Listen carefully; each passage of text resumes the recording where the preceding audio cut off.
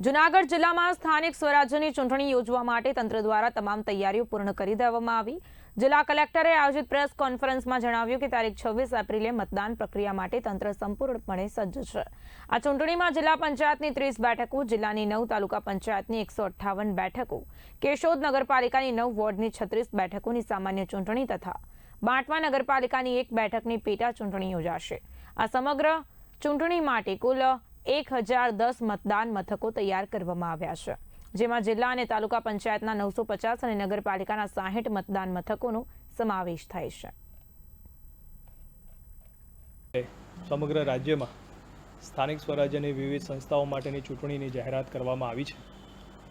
એના અનુસંધાને જૂનાગઢ જિલ્લામાં પણ આપણા ત્યાં જિલ્લા પંચાયત, તાલુકા પંચાયત, કેશોદ નગરપાલિકા અને બાંટવા નગરપાલિકાના બાય ઇલેક્શનની થવાની છે। તો એના અનુસંધાને આપણા ત્યાં જૂનાગઢ જિલ્લા પંચાયતમાં 30 જેટલી સીટોમાં ચૂંટણી થવાની છે। તાલુકા પંચાયત જે 9 જેટલી છે એમાં 158 જેટલી સીટ માટે ચૂંટણી થવાની છે। કેશોદ નગરપાલિકાના 9 વોર્ડના કાઉન્સિલરોની ચૂંટણી થશે અને બાંટવામાં 1 વોર્ડના બાય ઇલેક્શન થશે।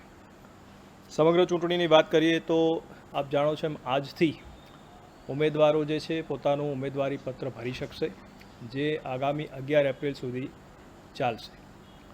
11 એપ્રિલ ઉમેદવારી પત્ર દાખલ કરવાનો છેલ્લો દિવસ છે।